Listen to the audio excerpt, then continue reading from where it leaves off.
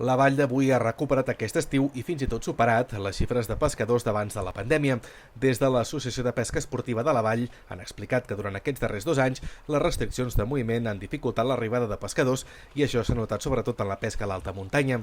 Enguany, però, en el que portem de temporada de pesca s'han venut prop de 3.500 tiquets. Podem dir que hem recuperat d'aquests 2 últims anys, després de la pandèmia, que hem tornat a veure pescadors al riu, nens al riu, gent gran al riu, i és un lloc de molta tradició. Som una societat que tenim més de 320 socis i això fa que siguem una de les societats dinamitzadores tant socioeconòmicament com esportivament amb el món de la pesca als Pirineus, per dir-ho així, que és una mica l'àmbit on els rius, on la tradició de pesca és més forta, no només la Vall de Boí o l'Alta Ribagorça, sinó tot el Pirineu en general.